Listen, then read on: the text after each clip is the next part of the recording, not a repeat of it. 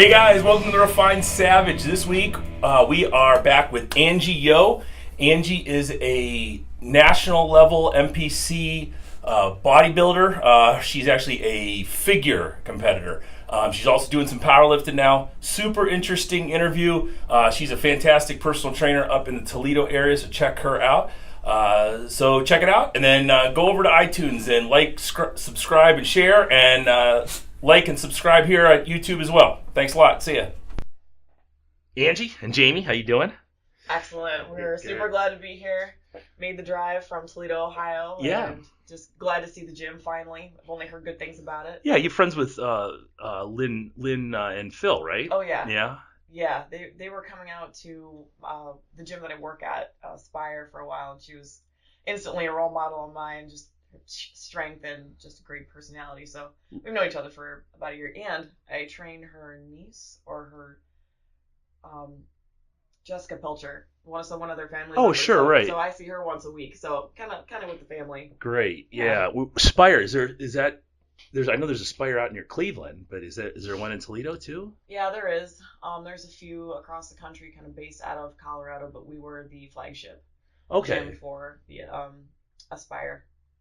Oh, Aspire. Yeah. Okay, I'm thinking of something else. There's a Spire. It's kind of like an Olympic training center out here in Cleveland. Oh, I wish it was that interesting. Yeah, I mean, it's huge. I was like, wow, that's pretty cool. That's the base that I work out of. I also train out of Main Street on the east side, owned by Joe Upham, so that's my powerlifting home base over there. Okay. This is all in Toledo, right? Yeah. There's a Fitness for All. And let's see where else. Ironworks, owned by Jimmy Momini. So you're just bouncing around all of them. Well, you need a tool for the job. Yeah. And everything is perfect. And Yep. I do really like to change it up and travel. Like even coming out here is like one of my favorite things to do, is visit a new gym. Yeah. And then maybe see something else nearby. We do that on vacation. You know, that's at least one day we'll go somewhere and train. Yeah. We were just down in Miami. It was the coolest thing.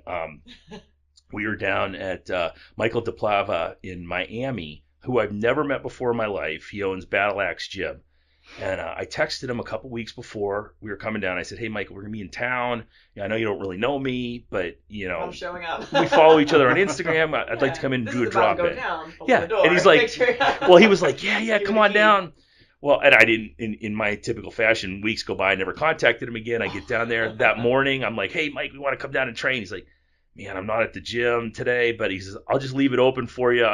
Let me know where the light switches were. That's wild. So I just opened it up, and I go in, and me and my wife trained for an hour, and then we just closed everything up, threw some money in his refrigerator under his bottle. Went to New Orleans. Yeah. We went to everybody's gym, and I called ahead because I had seen this place that looked just like a West Side or something, and I get the guy on the phone, the owner on the phone, and right away he gives me the passcode to the gym, and I tell him where I'm coming from. I'm coming from out of town for my birthday, and it was awesome. Yeah. So that's a good place. Tell me about New Orleans. I saw the pictures from you guys down there. It was your birthday and Halloween, or just? We did both birthdays. Okay. Every year we are doing something competitive. Like this is part of my life. For the last 8 years, there's something going on, and since 2013, we've been doing competitions. And during my birthday or his birthday, there's always something going on where I need to stay dedicated. I need to stay in town. Yeah. Travel is nearly impossible, whether it's energy or diet or training schedule. Things I just can't miss. So this year, after the big stuff was over, it was like we kind of had a blank slate to dedicate our money and our time to doing something. We love to travel. Yeah. So for my birthday, we went out there, and that was his gift to me. And then I kind of paid it forward, and I bought him a ticket and hotel and plane tickets to get out back. Yeah. Has that been your first time down there? Oh yeah. July was, yeah. Yeah. And that's why we were literally obsessed with going back. Yeah. We've been to Vegas and a whole bunch of places, but nothing quite like that. So. Vegas doesn't hold a candle to New Orleans. It's one of my favorite places on the planet. There's some weird towns like New Orleans and Key West and Austin and Calgary are just these weird kind of artsy weirdo towns in the middle of, like the deep South or, cowboy country up in Canada, and it's just two uncles in Calgary, but I've never been there. Oh, I love it. Calgary's fantastic, and it's super artsy and see, we love that's the kind of vibe that we connect us with. Too. Like where we do really like the idea of kind of stepping out of reality for a Right. little bit and just, that's my thing with whether it's sports or my diet. It's like full immersion. Mm-hmm. So when we go on vacation, it's the same thing. We Yeah. stayed for about a week on my birthday and then 4 or 5 days for his birthday. So, What'd you go see down there? What were the highlights? the first time we went was in July. Mm-hmm. July 23rd is my birthday. So it's like and 180 it was- degrees. Don't do that. No, Yeah, that's literally pretty tough. 114 degrees, but we were like, bound and determined to. I'm a coin metromaniac, Mm-hmm. and I love cemeteries. So when I say Yeah. I like to travel for a gym and see something else, that's kind of where I'm going with Sure, that. yeah. I like to see a historical cemetery and see. I got a couple Yeah, for you how when you they- leave here how today. they You did can that. hit. So they're Yeah. We real will. close. Yeah. That'd be great. 114 degrees inside the cemeteries because that radiant heat, and of course overnight nothing cools down. Right. Um, Did you go to like Marie Laveau's? Oh yeah, site and Yeah, everything? yeah.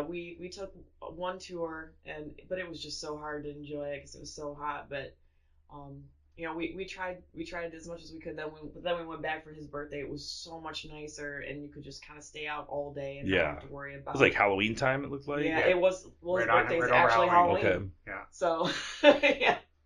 Yeah. So it was much better the second time around, and we could just kind of immerse ourselves in just the beauty of the city. Right.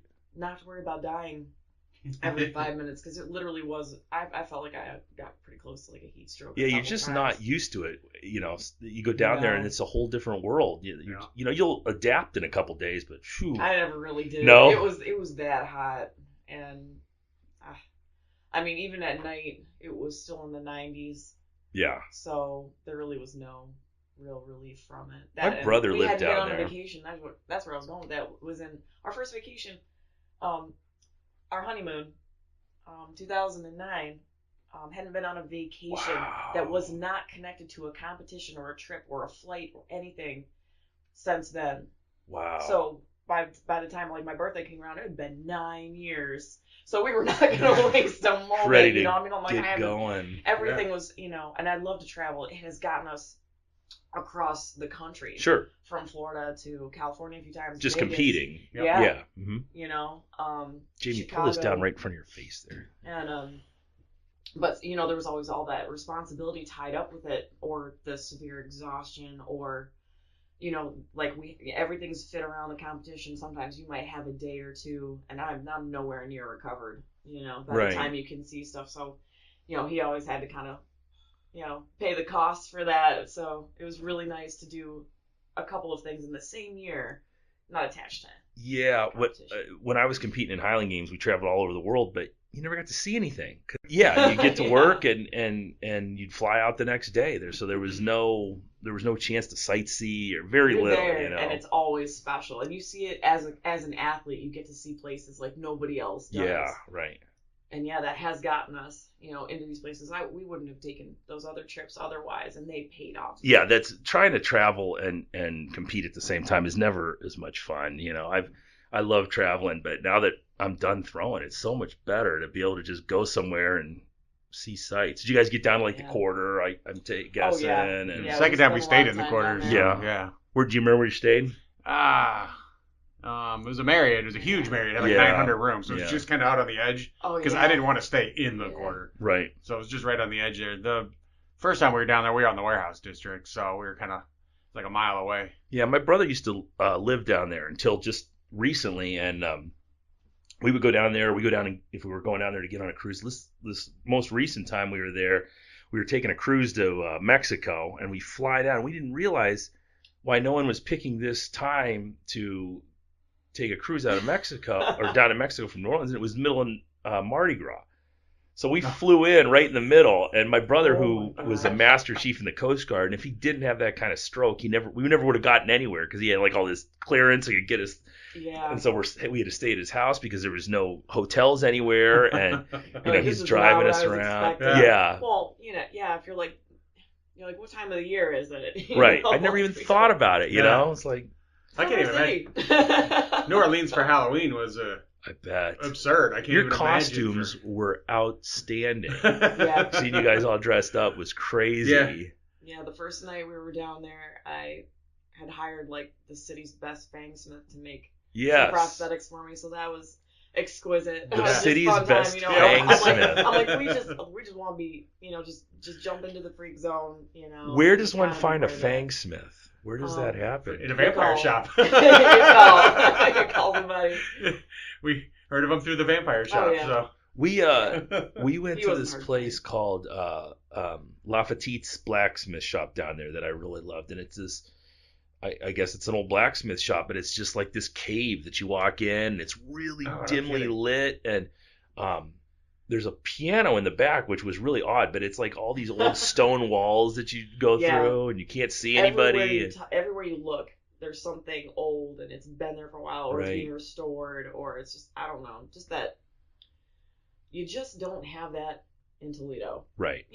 Like there's a big world out there. I went to school in Toledo, See, so I yeah. know what it's like. Yeah, I mean, I love my city. There's a lot of good Yeah. people. People bust their ass, but you just don't see things like that because people are so busy busting their Sure, ass. yeah. So you gotta go and find some. Well, what's culture. nice about those towns, the New Orleans and the Key West and Austin, is it's almost like they're places where the rest of the country and the government has just kind of went, whatever, it's fucking Key West, I don't care. Yeah. If you want to walk around town with open containers, if you want Or to no be clothes. naked in the street, Yeah. nobody gives a shit. It's weird Well, that these They little also outposts. are kind of saying it's going to take a little bit more than that to really be in trouble. Yes. Is Yeah. it? I don't know. Is it really worth Being in able to walk trouble? down the street with a drink in my hand changed my life. Isn't it weird? Yeah, right? It's totally odd. This is amazing. You can go from bar to bar and never have to be without a drink. Yeah. And they never say you walk into Rarely. a bar with somebody else's drink. They don't care, Yeah, just chill, and everybody that, like Ubered us around was really chill. We would try and talk to, people about the city and just like the history of the place. And I think we took it a was nice. tour once when we were down there, like years and years and years ago. We took one of these, walking tours of the city where they showed you all the places that are supposedly haunted and, Yeah, we wanted to do some more touristy stuff, but it was like we just wanted to just go and like walk around. The voodoo shops were really our favorite, and I think we basically filled the luggage back up, just Right. coming home. Well, you were looking at my voodoo doll there. Yeah. That was actually got because one of the girls in the gym I'm always torturing. So she got a Mark voodoo doll, then she gave it to me when she got back from New Orleans. But she was going to stick that with pins and everything else. I have it now, so That's great. she can't get to it. It's all mine. But that's a good person to have in. Like they Oh, know yeah? you, Right? and they know Yeah. you pretty well. Yeah. That's a good gift. Yeah. So yeah. But up in Toledo, you're bodybuilding up there and powerlifting. So you're doing a little bit Yeah. of both, right? Yeah, I am training concurrently the best that I can. I mean, the chase two rabbits, catch one, is something that I've heard a lot about, and I do even on social media. You'll see people really condescending to trying to do both. Like on your Instagram feed? Well, not to me personally, but I've got a wide field of other professionals that I have come to know over time, and it seems like just in the past while that I've been doing the bodybuilding, it's become a lot more popular. It's kind of spread into like our other friends and some of the other competitors because that's all they were doing, and I think we kind of started a little something, and it got picked up, and then there was a little bit more dialogue about it, but aside from that, I haven't really seen a lot of people describe how to do both, rather than to say you cannot do both. I'm not trying to be a world-class powerlifter. I'm already an elite athlete, and I want to draw some more skills in, and I want to take the strength that I build from powerlifting and lend it to my bodybuilding. So in the end, it's always going to come. I'm a bodybuilder at heart for sure, but I really am loving being able to be as strong as I look and have looked, so and of course strength training is a completely different animal. It takes a whole different set of skills, which I'm actually putting myself to learn, but yeah, I'm trying to kind of ride the two of that and figure out, especially for a natural female, how to do that. Right. So that's been my focus for the last 8 months, I'd say. When I started over at Main Street, that was really when my powerlifting like really took off. I'd kind of started in 2016. 2015 I won 2 world championships Right. in physique. In physique. What's Fully the, fit, okay, right, now you give know? me the But- the lowdown. Bodybuilding, physique, Yes. figure, bikini. Yeah, your bikini is probably at your lowest level of Right. lean muscle and muscle mass and separation. Mm-hmm. Fitness, you need some gymnastic skills, but you look a little bit more like figure, which Right. is more muscle, a little bit more separation. Bodybuilding is the biggest, of course, but physique rides the line between. It is bodybuilding, but it is also the leanest you can possibly be Okay. with the Okay. most muscle mass. Right. So it's I hate to say this, but it's the most difficult division because Sure. you have to hold the size, you have to have the size, build the size, retain the size, and strip off as Right. much of your human body fat as possible. Yeah. So it's extremely grueling. I'd like to see it get a little bit more attention because of the depth that the athletes have to go to achieve this freakish look Right. that I Right. just identify with, you know. We just had John Meadows on the show Oh, a nice. couple days Yeah. ago, and he was talking about, and maybe I'm sure you can talk to it as far as we have women that I know who will see women bodybuilders, especially in this area, and they'll say, "Oh my God, I want to look like you. How can I look like you?" And they're, "Well, come to my trainer. He'll get you to that spot." And I think what me and John talked about, maybe you can talk about it a little bit, is when you see those pictures of that girl on stage, fully prepped, tan, oiled up, Peaked. dieted to the point where she's almost dead. Yeah. This is not an everyday occurrence for the way these women look. This is not an everyday look. It's not natural for even as a natural athlete, Yeah. it is not natural. It is a forced state of being.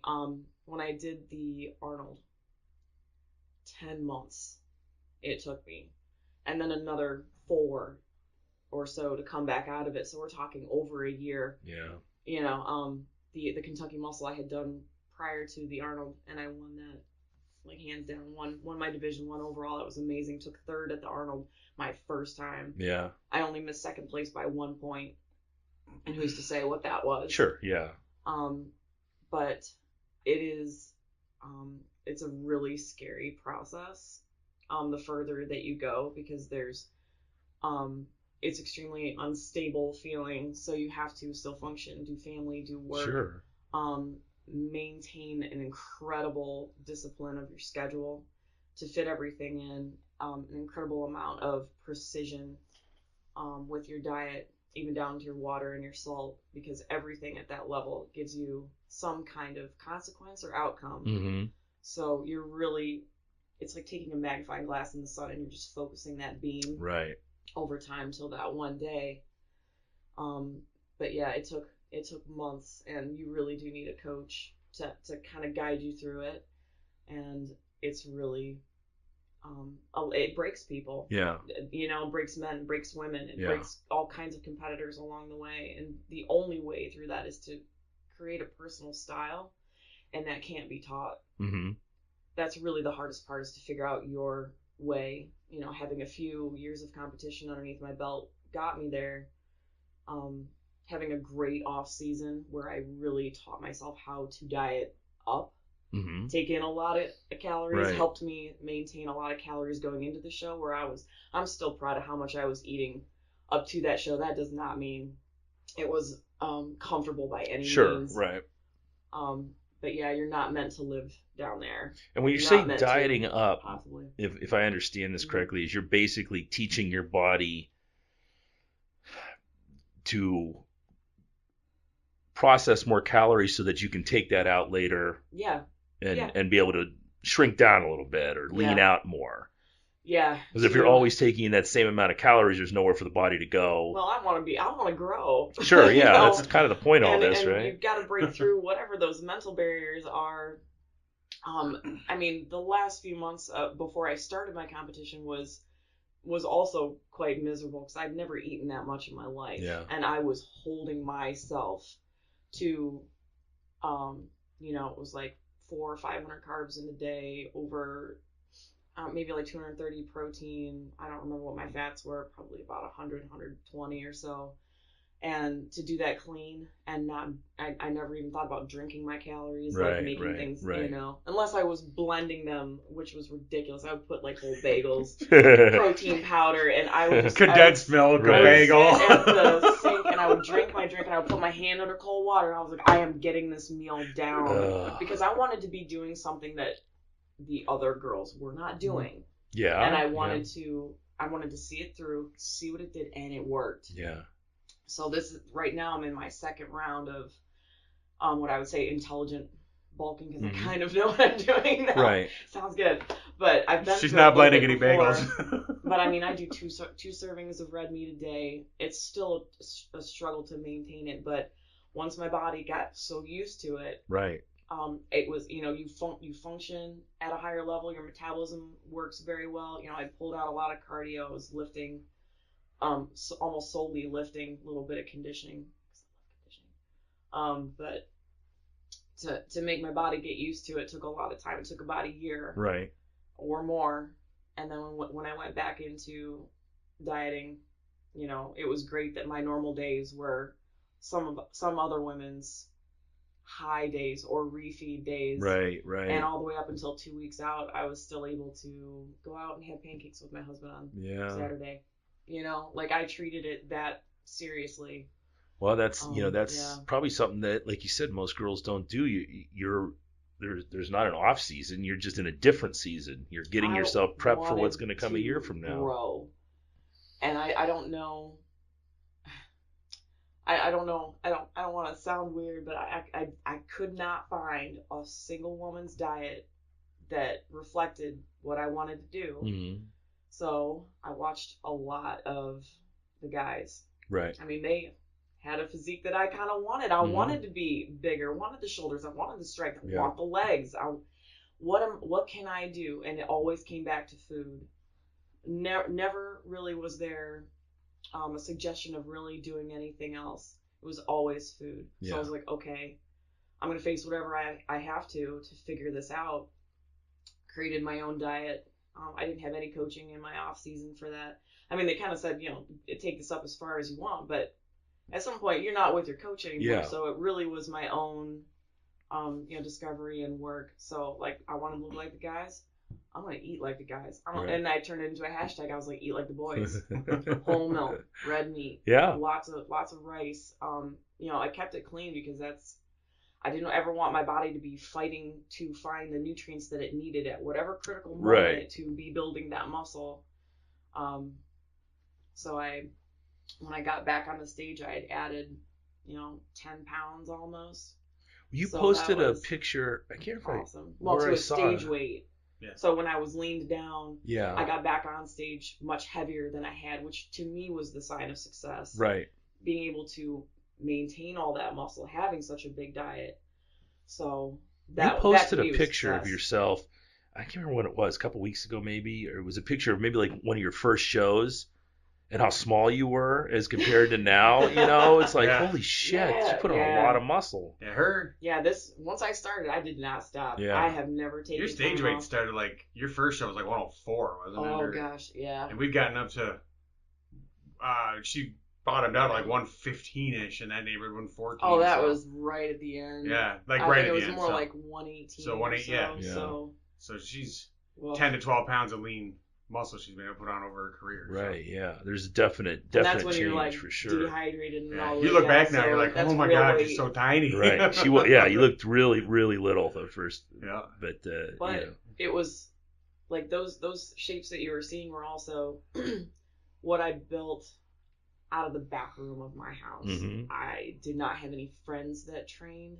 I didn't have any friends that competed.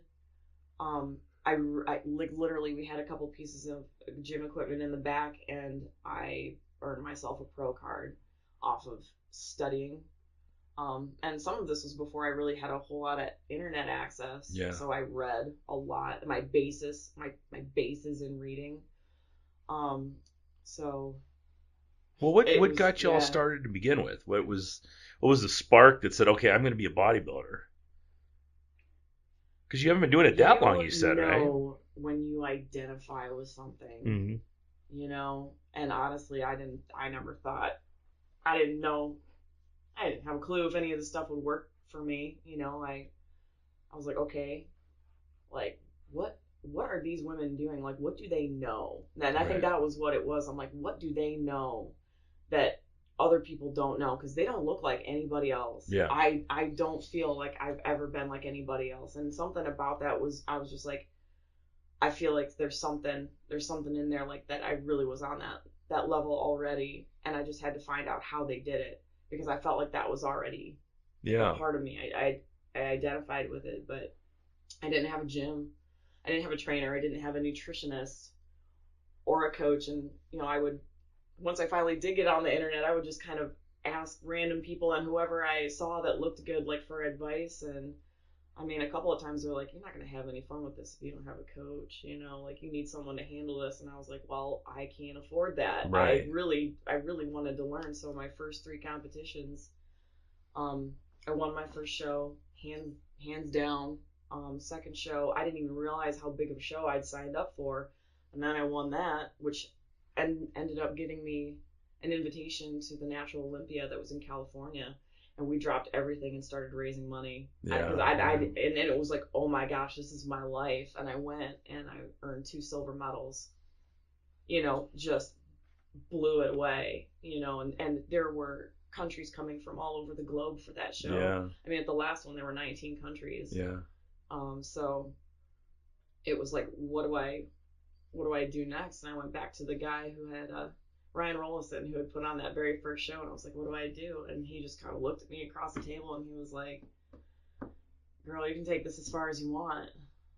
And just matter of factly, you know, I just looked at my husband, and I was like, well, I'd never had a blank slate like that. So we kind of, we stuck with the natural federations for a while, and 13 went well, you know, pro figure. 14 went better, and I hired a great coach. Then I had a terrible experience with the first coach that I hired, so I kind of went from no coach to the worst coach I could have possibly hired, and then got in with Terry McBee, who has been with me since 2014. Yeah. And she saw me all the way through 14 to my world championships, and through the Arnold, and through the Kentucky Muscle. But 2014, I started getting really lean and really muscular.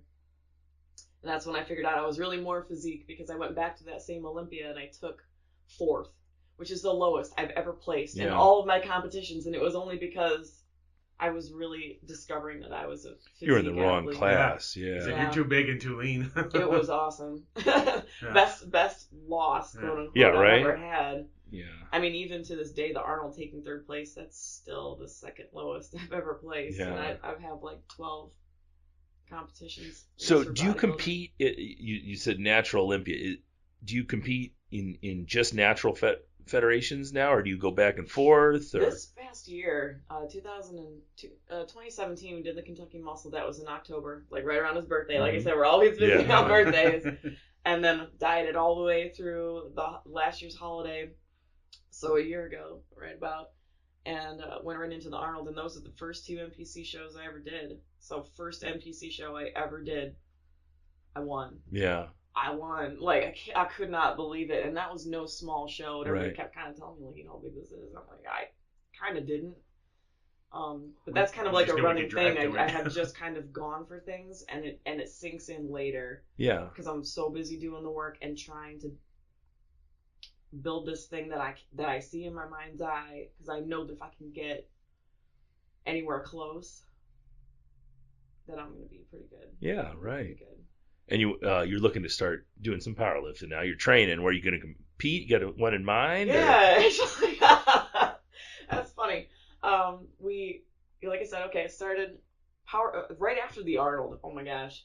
28 days later, I did a powerlifting meet. It was a real messed up time. Yeah. It was mentally crazy. Yeah.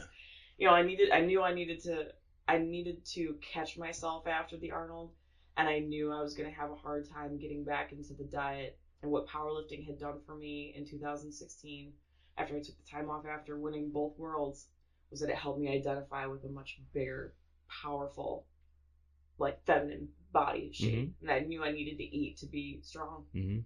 There was no 2 way about it. So, like I said, 28 days later, I signed up for the for the Main Street Mayhem, which was at the gym that I had just signed up for. Like basically kind of like putting my cards down, like I'm serious. I'm not just here Yeah, for the right. t-shirt. I'm here to compete. So I spent 8 months kind of recompositioning from the Arnold and building my strength and learning from those guys. They're amazing. Being around a whole new group, because I'd never trained with anybody before. Mhm. Like even now, I've never really been personally trained. No one's, coached me like that. I got to give a shout out to Chad French, who did create my first powerlifting program because I really wanted to learn conjugate and some of the West Side stuff. Sure. Fast forward, 8 months later, I had been studying strength, had spent between our 2 trips to New Orleans, getting my athletic coaching and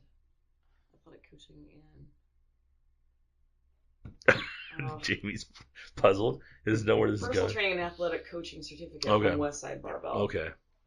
So back that up a little bit. I'm already a personal trainer, sports nutritionist, but that was the next thing that I wanted because I really, like I said, I wanted to study strength and kind of get the books and see and compare that to what everybody was saying. And now that that's over, I've signed up for the bare bones powerlifting meet at the C-Bus Lifting Company. Sure. Mid-February, right before the Arnold. And then in April, I just managed to get into the Laura Phelps Women's Weekend. Very Pro-Am. cool, yeah. So that is incredible. That's what's on my radar right now. Yeah. So I've got a couple meets within 2 months of each other. We're going for the entire Arnold weekend. So I can't do the whole weekend. so after 8 months Can't of being do at it. Main So Street, many I'm people. like, okay, Ugh. and I got doing the certification and studying my ass off. I couldn't sign up for anything until that was done. Sure. So I'm glad that it kind of wrote itself. Like I couldn't do any meets until I built the strength, got my education, got more education. So now I'm free to really, immerse myself. Yeah, right. Prep for that. You have that Laura Phelps' competition down there is something else, man. That's Yeah. they sell out in like 20 minutes, and it's crazy. It was like seconds. Yeah. We were at what was the name of the gym? We were at Iron Core. Iron Core, yeah. Like last weekend for a squat seminar with James Dolman, who was presenting. And at right around 11 o'clock, we ran to the back of the gym and set up a hot spot with a computer because we knew that this Laura Phelps meet was going to be fast. Yeah. And by the time we got in, there was already 35 Yeah. ladies already signed up. So, but somehow we made it. So we're on the roster. Yeah, that's really cool. We've had a couple girls compete at that one before, and it's Cool. it's a really nice experience, and they run a really good meet, and they've been around the block a few times. We've had she's not at Shane's place anymore. She's at Westside, but we've had Heidi Hauer on the show a couple times. And, Yeah. she's actually coming back. Her and Kylie, do you know Kylie Ray Craig? I know that name. Yeah, Yeah. her and Kylie are going to come up and do a podcast together because they're like the top raw woman in the country and the top geared woman in the country, and they're about the That's same weight fantastic. class, and Yeah. they've never met before. So I said, man, we'll just bring Oh, you that's in neat. here. Just kind of sit down Yeah. and see what happens. That's- That'll see be what chemistry. happens. Yeah. So they're both characters too, so hopefully that'll be cool. I'm Yeah. sure it will be. Oh but- man, no, we've been to the Laura Phelps Women's Weekend 2 years now. So and what's funny is that I was never like I want to do this because it's so up there. It's like the Arnold. I never knew I was going to do that. He just happened to find some paperwork, and while he was at work, brought it home for me, and he leaves it on the table, like you might want to look at this. Never pressured me. Never did anything. But we've been going to the Arnold for 8 years or so. And on the 9th year, I ended up being an athlete because I was like, oh my gosh, I don't feel anything in my spirit that says that I shouldn't do this. Sure. And I really was like, I don't what's gonna happen? I'll probably take 8th, 20th. And it'll still be a great Who freaking experience. knows? Yeah. Exactly. I'm like, but I want this in my life. Yeah.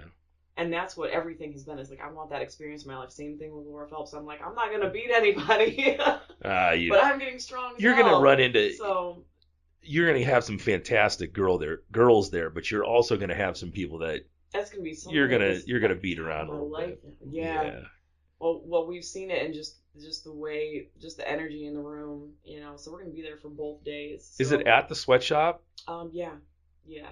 Well, they've got 2 buildings. Yeah, in sweatshop there. and Conjugate are right across the street from each Right. other. Yeah, it's in the CrossFit thing, right? Is that what it's called? That would make more Kinda sense over. because sweatshop's freaking great gym, but it's like ours. It's Yeah. a cave, man. You just Yeah. walk Yeah, in, no, there's it's just shit everywhere. Whatever the CrossFit place is, I can't remember the name of it. CrossFit Conjugate. Is it? Yeah. So it's in there, yeah. Yeah, there'll be much more room because I know they have seminars in there and Yeah. stuff. And Oh, Probably yeah, just I'm have to getting move the goosebumps model just in. thinking about it. Yeah, I'm like, right? oh man, I don't know, but that was kind of it. And I know Erica Euster and Leah Hopkins, that are also from my gym, were. Leah's coming out on Friday. Yes. They both. She better be made it. good. She And was got an your. invite. The only thing I know about her is that you said she was good to have. She'd be good to have on the show. So I got a hold of her. If you've and seen any of the stuff that she posts, Yeah. I mean, like, she's I strong. wish I could sit her down strong. and see how it went at the WPO. Like, I'm just proud to be around people who bust their ass like Yeah, that. And right. there's not that many. There's great women in Toledo and Ohio, but it's hard to find each other. Like me, I was just under a rock for how many years? Like, Sure. I never really traveled. Like, I had to do my competition stuff, and that was all I did. And then I finally branched out. Now I'm in 4 different gyms, and being around people who are competing at the highest that they can possibly be is what I need. I Yeah. want to be around those people. Like, I'm the weakest person in that gym, but I'm making gains, making progress. I'm coming up a little bit, but that's the thing. I'm like, I kind of have a great base elsewhere, and everybody kind of knows me. But when I walk into that gym, it's like, you're at the bottom, so you gotta fight. You gotta Yeah. fight your way up. And I wanted to learn, so And discipline's being discipline. around them is You inspiring. You'll make can gains do- in powerlifting just like you did in bodybuilding. Discipline's all the same. You Yeah. know, you just got to put the same work in. Sounds like you're going to, and you'll be Yeah, fine. This is fun. But it's kind of nice. Like we've got extremely strong men over there. Like, they're squatting grands on the weekend, Yeah, and right. just wait to talk to her, and she'll tell you about her strength and, like, maybe where it came from. That'd be I think cool to her find out. husband's coming in too, because she said she said he's the mastermind. So, Oh, Alex. so yeah, all right, cool, Yeah, he's a smart dude. good. Smart dude. He's helped me on occasion as well, and that's also nice, is to be somewhere where they know more than you. So not only can you always brainstorm, the you can talk best, some yeah. shop, and like, I can really bounce what I've learned off people who have been doing this for 15 years. Yeah, So as I'm coming in, not as knowledgeable, this is just another day, for them. So, and just, it means so much to me to be able to, not just be around, guys who are in the gym, people who are in the gym, to make progress. It's like, no, like, this is a highly competitive situation where the details matter, right. and it's not, there's no wasted workout. Yeah, People are working on something, and it's not just to get home. yeah.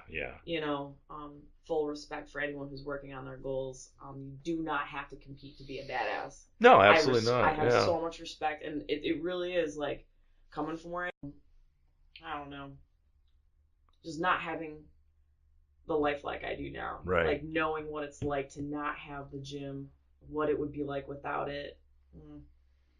So I don't care. Like, I'm a personal trainer. I don't care to make other people competitors. I don't train competitors. I train people who are Right. trying to, maybe even just save their own lives from health issues. So I'm not just, looking to make other competitors or be around that, but it's something that I need to develop. Sure. So. And we talked earlier about people telling you, well, you can't do both. You can't do physique and powerlifting. Well, you can bodybuild. I think you can. I don't think I should be cutting for a physique show and trying to Yeah. do quite the style of training, because you do have to kind of take a huge look at how are you going to be bodybuilding, because I train 6 days a week, Right. and still put in the extreme intensity that you need on your heaviest days of powerlifting. Yeah. And still not let any body parts lag. Still, that's my thing. I'm like, I want the build, so I can't do what everybody else is doing. Yeah. I think Not the same, but you can do what you can do. So when people tell you, oh, you can't do that. Well, have you ever fucking done it? Have you ever tried to do this? This is my trip. I can handle this, you know. Figure out your own way, and it makes you know. me happy. Right. You know, And like you're saying, you're not going to the Olympics, you know. No. Just do what you do and make your own path. And that's, you know, one of the things you talked about, doing it in the beginning without a coach. Dedicated, man. Yeah. Like I will figure this out. And Right. along the way, like I've made some mistakes and like some things kind of lag. And now, you know, like I'm coming through it to where it's a lot of pressure because I know that if I miss anything, oh man, you know, then that's how it happens. Yeah. So I really have to hold myself to the schedule that I built and the standards that I see, because that's how I see it working out. Right. Otherwise, you know, you talked about not having a coach at first, and I think that's one of the things that I see a lot. Nobody told me what to do. No one ever you see it a lot in CrossFit. You see it a lot in strongman. Is these girls will show up at shows, their first show, or they're sitting with a coach, and I'm like, what is it? Why do you need a coach? Just train and come and have fun and try it out. And the coach is always some big fat guy who hasn't lifted in 20 years, or in the CrossFit you have some guy who like, doesn't even, like, the girl looks way more impressive than the guy does, and they're coaching them, and it's just like, you don't let these people talk you into having a coach. You know, eventually you get to the point where you have some big goals to achieve and you have to tweak things and get them. But you did a lot of this without a coach. You can do this stuff. I'm trying to find the person that's like, if you're gonna do it, here's how I would do it. Yeah. And that's another. You know, you were mentioning John Meadows. I'm like, well, I might. That's a smart in the dude, back of my man. mind, because I know that he's done some time at Westside as well. I'm like, well, if you were gonna bodybuild and powerlift and do some competitions, like I may, after, you know, Laura Phelps, maybe turn my shit back towards major bodybuilding work while I still have my bulk. But you know, just asking somebody like how they would do it, right? Like, not don't do it. I'm like, go ahead. Well, if you're gonna say don't do it, back that up with your best advice on how. If they tell you don't do it, tell them to go fuck themselves and go find someone that says, yeah, you're fine. I'm trying to blend this, and I believe in hybrids. I believe that they're possible, and I mean that might be shooting for it, but well, John would be the guy to talk to for both, sure. You know, because he's worked with everybody and he's been around all those guys and trained Dave Tate and, you know, was at Westside, and he's still strong and what a great dude too. He invites me down to the podcast. He doesn't know me from Adam, you know, and he's like, yeah, just here's my address to my house, and I'm sitting in his mansion that he's got, you know, sitting across the. I'm like, Jesus Christ, dude. I said, after this, we're gonna have to have like a talk on personal security, and I could have been a maniac, you know. But it was a really good conversing, and boy, does that guy have it dialed in. I mean, nutrition wise, and whoo, jeez. I was panicking to have to keep up. Freak, man. Like, I just love to study. That's what I'm doing. That's my free time, is I'm always watching some kind of seminar, or, you know, actually, you know, like getting into the books on things, and trying my best to apply it in my personal way. So good seminar coming up in Ashland in a couple weeks. Ashland, Ohio is having one at the university. Matt Wenning, Judd Logan. You know Judd Logan? You've never heard Judd speak. He's super inspirational. And then Ryan Fanley, and then I can't remember there's a doctor coming. I never know who the doctors are because I never pay attention. Well, it's good to have somebody in there. But Wenning, if you've ever heard him talk, is fantastic too. He's really on the ball, knows his stuff, and has the raw conjugate system dialed in. It's really good. So you might want to check that out. Yeah, I've watched a lot of his stuff as well. And we were just up at Swiss, Swiss convention. Oh my God! Like, how was that? It was great. We had just discovered the Swiss, and I was like, $600, take my money next year. Shit, it was $350 when I signed up. And then I saw that you were there. Early. And I was like, what the hell? So we spent a lot of time in the bar. Well, in the photo that you posted, I'm gonna out you. I think you had a drink in your hand while you were like wearing your tag. We got there. And I'm like, this is my man. So I was with my best friend Carrie, who's from Kentucky, and he came up. We ended up getting up there late, so we missed the first seminar. Yeah. So we were at the bar just hanging out, and we went to the second. But the training ones, I went to all the training ones because, like I said, I'm not interested in the doctor telling me, you know, what's going on at the cellular level. Just I will fall asleep. You know. But I went and saw Wendler. Wendler was very, very good. John Meadows was very, very good. Matt Wenning did a great seminar. They had a workshop with Bill Kazmaier and Ed Cohen, just pulling people out of the crowd and saying, "Oh, okay, this is what you're doing wrong in the squat." Like having them squat in front of those two, and they were just coaching them up. And no pressure. yeah, it was really once we cool. figured out all the names that were going to be there, I just had never even heard of it. Everybody was there. Yeah. Everybody was there. Yeah, we stumbled across it right before we saw that you were there. We just Yeah. stumbled across it. I'm like, have you seen this? And she looked at it and she's like, oh my We had God. something else going on, and I Yeah. don't remember. We were just at home when you found it. Yeah. And then it was later on as I was going through your stuff, and I'm like, wait a minute, that's a Swiss tag. Yeah. Bitch, what the? That was awesome. The best part about it is you learn the most in the hallway and for us in the bar afterwards, because we'd just be sitting there and, you know, Really someone come talking walking shop. by It's and they not would a sit scripted down. talk. I didn't know who Yeah. Jim Wendler was. Like I had read his stuff, but I didn't know him by face. And all of a sudden, I find out he's the guy sitting next to me that I've been talking to for 20 minutes. And, Oh man. and because my Oh, buddy oh, comes you're up and is that like, guy. yeah, Oh, my buddy's shit. like, hey Jim, how you doing? And I'm like, oh, Jim Wendler. Just like kind of clicked in my head. I just thought he was some big You're like- bearded guy. There's like 8 million Try of not them at to this show it. thing. You're like, ah, cool. It was just we were talking about like Netflix specials and shit, and you know, so I don't even think we talked about weightlifting the whole night, but just Real just people, getting to talk to yeah. people in the bar was where I got the most out of it, just networking and, Sure. and learning little things here and there, way better than the seminars. But that's the way they bill it too. The guys like Ken Kanakin who runs it's like, you know, you learn everything in the hallway, you don't learn them in the seminars. Mhm. How many they're- years has that been going on?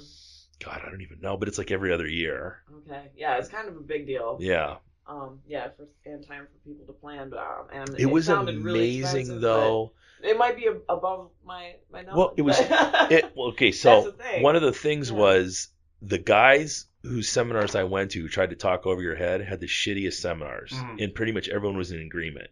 You know, you go in and Yeah. sit down and they try to get, you know, you're going in to see, you know, Joe Schmo, who's a super hardcore powerlifter, and you want to know what he's doing. You don't want to hear about axial planes and just fucking talk to me, dude. Tell me how you got your back to look like that. You know, what are you doing differently than Exactly. I'm doing? Which is what's 90% of different? the time, nothing. They're not doing anything different other than the fact that they've been doing it longer or They're heavier training or like a savage yeah, in a savage Yep. gym yeah. around other savages for a long time. Yeah. And everything works. Everything that everybody does works. There's no, the cube works and 5-3-1 works and conjugate works and it all fucking Yeah. works. It just, if you just bust your ass and work hard on it, nobody's got any kind of keys or answers or just work Yeah. hard for a Yeah. long period of time with really good people who are going to push you and make you lift more When the weight. works the Their best is the atmosphere. one you stick to, right? That's just like diets, right? Yeah. You know, I mean, Oh, Stan Efforting. What's the best? He was The one there. they'll do. Super Yeah, oh, smart shit, dude, yeah, he's man. Super smart. Yeah, Yeah. getting everybody around, and you're like, what everybody agrees on is the majority. It's the diet, it's the Yeah. training, and then you're like, what's the 1%? right, exactly. What's yeah, your exactly? yeah. What is that one piece that is your personality that got you here? You know. Yeah, that's what you're looking for is that one little, oh, I wasn't doing that, or maybe I should try that differently, but it all works, you know. So if it's not working, we got to troubleshoot that. That's also the best part is you're like, okay, if it's not working. And just How do we believe, if you troubleshoot it? believe in it and just work hard at it, that's, you know, I think that's That's how I got here. Yeah. Because I there's believe plenty in of it long people who run. do shit that I would look at and go, there's no way that should fucking work. And they're super jacked or super strong, but you know, they're not smart enough. They're not knowledgeable enough to realize that it shouldn't work. It's like, you know, they say, Why shouldn't it? Exactly. well, Why yeah. not? Well, they say bumblebees Yeah. shouldn't be able to fly because they're not aerodynamic. So if an engineer looks at a bumblebee, he'll tell you that He's like, that no. shouldn't be able to fly. But the bumblebee doesn't know that, so it just flies, you know. Who knows? That's the way I kind of feel with training in general. But that's why I say if someone tells Yeah. you that you can't bodybuild and powerlift together, go fuck yourselves. A lot of those guys were doing that back I in the appreciate 70s, that. you know. Hey, if you come across anything that you think might help me along, Yeah, that, get a I'm hold all of ears. John. Get a hold of John. He's the guy, man. Yeah. I'm convinced. That's been bouncing around the back of my head forever. I've had plans since, gosh, after the Arnold. I'm just gonna go down there and have him train me on legs, and I'm gonna take all my questions. Yeah. and well, hopefully I can ask the questions first. and not Super later. sweet Okay. guy too, just very nice and obviously just jacked to the tits. I mean, just Well, he's come out to Toledo a few times. Bullfrog Nutrition is probably the most active nutrition shop in the Toledo area, and they like to have events and have people come and like let people have access to these top level athletes so that they can ask questions and promote a little bit of business, but Yeah. also, like I said, have access. And that was the first time I got to meet John Meadows, and that was amazing. Also, because of Paul, who runs the Bullfrog Nutrition, I was able to line up a way to get to actually Jimmy Moloney's Ironworks and train with Meadows yeah, a little bit that same day. So we did a little occlusion leg training. So there's some pictures of us Right. doing that, which was bucket list. Amazing. Ever since I'm like, man, I need to get back that guy. So yeah. What do you think about all this ridiculousness, young Jamie? There, what He made this. Yeah. He let me just be. I didn't really have a whole lot of potential. Oh, I had all the potential, really, Yeah. because I didn't have anything in my life going right when we got together. So he just kind of let me be whatever I wanted to be, and this is how I turned out. You seem So like it's you're a just pretty laid back crazy. human being. That Yeah. you just kind of go with the flow. I can't lift much. I do. I train with her sometimes. I can't. I'm just too many broken parts. Yeah. Oh yeah. But I can cook good. I like to drive. I can play and shit. Both So things on are the perfect. cyclist, so he can out cardio any. What do you do? What do you So do? he Cycle- is long an distance road endurance cycling? athlete. Oh, Jesus Christ. Like I've yeah. done 200-mile 200 rides, just 200 miles. miles straight through. From They were gonna lake do to a lake 400 across ride, Michigan. yeah. No shit. I get out and do yeah. 100 miles every Saturday usually. Wow. 30 miles after work every day. So don't let him fool you. Yeah, just He's got just his a own different thing. discipline. I don't look like a cyclist. I'm Oh. much like a bumblebee shouldn't be able to fly. This shouldn't be able to pedal a bicycle because it's not arrow. We used to go watch those races Oh, in. Jesus. My wife used to live in Milwaukee, and they would have like downtown street races where, Yeah, the criteriums. oh yeah, and they would crash, and Oh, like yeah. 30 bikes would go down at once because they're all tire to tire going. Yeah, 100 people trying to take a right turn at 40 miles an hour. It's crazy, man.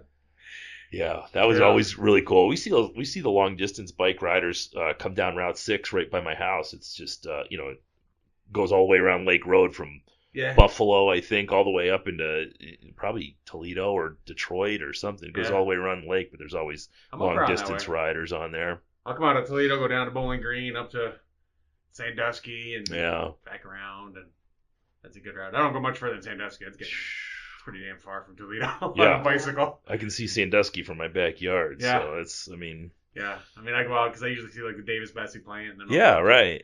like grab a sandwich in Port Clinton or something. Like most people like die after like the first 5. Like I can't even. I think I Yeah. about died trying to do 9 miles here in the city, and Yeah. yeah, We did 16 that's an once. extreme sport in itself. So I think It's just it's just different. quiet Yeah, about It's it. a different discipline is all. So Yeah. yeah, but these are extreme sports. So Yeah. yeah. Other than that, that's my funsies. But other than that, I like to support her. So just go hang out, do crap, carry bags and shit. Yeah. Oh, well, I mean, it's fun. I get to see the world, you know. Yeah. I've What seen it was, absolutely. you would help me with like the paperwork side, and like the same thing with Arnold. Like he finds stuff. Yeah, He right. just finds stuff, like all this back, information and ways to do stuff, and like he'll help me like set up my hotels and stuff, and like just like get everything in line. So basically, he clears the way for me to just bust my ass. Right, right. So and like without his support, like none of this would happen. And I'm still kind of like, I still ask him, like, I'm like, do I have, you got my back on this? And he's just like, you don't have to ask. But Right. it's like, these are such huge decisions that I can't expect, I don't know, it's such an all-encompassing Yeah. sport sometimes that, and it's hard for him to watch, I know, because I will suffer, and Yeah. I am scared sometimes. Like, your system is throwing codes every day that you need to stop. Right, Yeah. right. You cannot keep going, or something bad is going to happen, or at least it'll have you thinking that. Right. So while I'm, trying to fight through that, he'll, just kind of make sure that, at least our hotels are lined up, Yeah. and I don't have to do any of those other things. It's hard but- when I know she's got to go do a full day at work, and she's already gone we're first thing in the morning. She's already gone full carb tart. Yeah. Oh, It's like she can't even put thoughts together. I'm like, you still got to drive and you got to work all Right. day. yeah. So it's a little rough, you know. But, And your personal It's- training. yeah. That's your main Yeah. gig. Yeah. What are you doing? Yeah. I do nuclear security. No So, shit. Yeah, well, I was a Firearms. security officer. Now I just do firearms instruction. You don't know Isaac Drost, do you? Huh. He used to. I don't know if I'm supposed to say this or not, but he doesn't work for him anymore. But he used to. He was part of a security team that used to break into nuclear power plants Oh. to test the securities. Yeah, we got a bunch of people at my work who did that. They pick people off of the security forces That's from different plants and put them. He was the an. CAF team, He the was Composite a. Adversary Force. Yeah, he was a recon Yeah. sniper. Yeah. He said, I can't remember which power plant it was, but he said that he spent 4 hours sneaking across a field in a ghillie suit. Oh yeah. And he got to the fence Yeah. and got through, took off the ghillie suit, and he had a suit and tie underneath it and walked around for another hour just asking No people kidding. questions, and no one stopped him. That's so scary! Yes. But it's so scary that I that can tell could you right now, happen. it wasn't my plan. Yeah, right. Well, he was all over the place. He was Yeah. all over. I don't think he was out of the country, too, sometimes. Yeah. Yeah. Well, for Well, American plants, first be a badass and Yeah. go they over to take you with a certain amount of Afghanistan. experience. and then- Certified. Yeah, he was in Fallujah, Battle of Fallujah, and got the Purple Heart and everything. And yeah, he's one of my favorite people to talk to when you can get him to talk about shit. Yeah. You know, he's been on the podcast once or twice, but Yeah. yeah, good dude. That's awesome. What did you do like growing up? Were you an athlete or?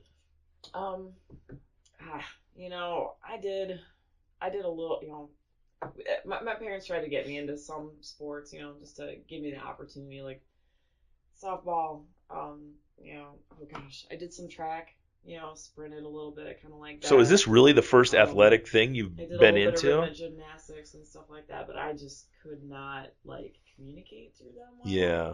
So no, I was not an athlete as Yeah. a kid. I was not an athlete as a teenager. This is where it really was all very late Yeah. in my life. We got married when I was 25 in 2009, and I got real serious in 2010. 2008, we were in a near-death motorcycle accident. Wow. So that was some crazy. But You're allowed to cuss. We got an NC-17 rating. But 2010, I started getting pretty serious. That was the first time I ever went to the Arnold, and I kind of discovered there were other people like me. Kind Yeah. of were into fitness, and I've been, just been studying it. Kind of blew it all. That's up not where you before. want to discover there's other people like you at the Arnold, because there's some weird ass Well, that's people at true. the Arnold. Yeah, there are. But it kind of was like, well, Yeah. there's just freaks everywhere. Yeah. Oh yeah. Just let the flag fly. Yeah. Come on. But yeah, started competing in 2013, but I don't really remember enjoying anything Yeah. much as a kid. I think, if I wasn't doing this, I would love to get into maybe gymnastics or I did martial arts. Actually, that was the one thing I stuck with was some Okinawan Goju-ryu and Aikido when I was younger. So that was pretty much the only thing I really enjoyed. So late bloomers all. But I really like that. I like that it's now and it wasn't Yeah. then, or I'm trying to go back and get something. It's to me, this is all still really new. So at least it feels that way. Right. So I'm extremely excited. Well, you can tell you're You know. excited. You just seem like you're just amped for all of it, which Yeah, I am. that's great, man. It's such a challenge, and I compete now, and I'm just like, oh fuck, I don't want to go do this. I don't want to be here. I've done this too many times. Well, the things do have to change, Yeah. how you do it, the people that you're around,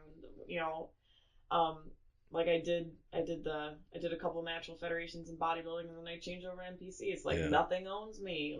I don't have my loyalties to myself first, and to whatever the fuck is coming out of this journey. I need to see it through. Sure. This whole thing, like I said, I didn't have any friends that competed. I just was like, I think I just have to try. And that thought would not leave me for a year, you know? Yeah. So if you can't stop thinking about something every fucking day, you need to see it through, or you're denying a piece of yourself that's your intuition. Sure. So I really just follow my instincts, and that's what's gotten me through this whole thing. It was just kind of that, I just need to try. And I don't feel like I've been wrong about any decision I've made Right. that has come to this yet. So, Good. Yeah, and it's really nice to be able to, bring these trophies home to like my mom and dad. You know, like they've got a professional athlete for a kid, you know, and it did not look that way for quite a while. Right, So it blew their minds, I bet. Right. Yeah. So I have it's the way I feel alive. You know, it's my self-respect. It absolutely keeps me alive, and that was the thing. I'm like, I had this other job, and I was, working horticulture. I was outside, heavy machinery, like boom lifts and tractors and stuff, and I really like being outside working with my hands. So I've always been active, like never had a desk job, and probably more desk job now than ever, just for paperwork and study. But like when I got out of that, there was like no plan B. I was like, I'm gonna do this. If you could not fail, what would you do? Yeah. And it was because I had to try to give back. Like whatever I had found, I had to kind of try to help other people find that thing or be a part of it in some way. Yeah. Because I found that thing. Well, and that's going to drive clients to you too if they get that vibe off you that you've got that energy that you really want to help give other people this same gift instead of just. I've had some clients with some incredible situations come to me, and I'm like, I have no experience in this. I mean, I literally have looked at some projects and I'm like, I have no idea how I'm going to do this. Yeah. But they knew just from working with me that I would find other people. I would find a way. And the thing was, they just wanted to work with me rather than, I don't know, maybe going to university and finding somebody who was much more in the field. So it's really been an honor, and I've got a great group around me that I work with and work for. Yeah. I don't feel like I work for any company. I always feel like I work for, my clients. Yeah. It's my life's work. It really is. That's like, a good way of looking at it for sure. We look at it here. I won't do personal training. Personal training drives me absolutely fucking up the wall. I can't do it. But here it's much more of a team environment. It's just there's people on the team. There's coaching. Yeah, there's coaching and there's a team. Yeah. But personal training is, people don't understand what that entails. That is a lot of work, and you have to be on constantly, and you have to listen to these people's nonsense because you're going to get people who give you nonsense all day long and tell you their life story, and you're just waiting for them to do one more fucking set. They want to have a talk with you about their life, and I'm just like, move your ass. I was horrible at it. I hated it. But yeah, people don't get that. There's a lot to that. Yeah, it's a 24-hour job, and sometimes I wake up at night and I'm thinking about how I'm going to solve, things for them, or how I'm going to find the resources, and gosh, I put myself on call for a lot of my clients almost 24/7. Me too. I am that way too. I just want the best, So that's why I'm like, I don't work for a company. Like these are real people with real bodies and real goals, and not a single one of them is a competitor. Right. Yeah. Oh man, it's just that's a whole thing, because I'm like, if I'm going to be doing this, like I'm all in. Yeah. I don't. When they get me, they don't have someone who is also in college, also working another job.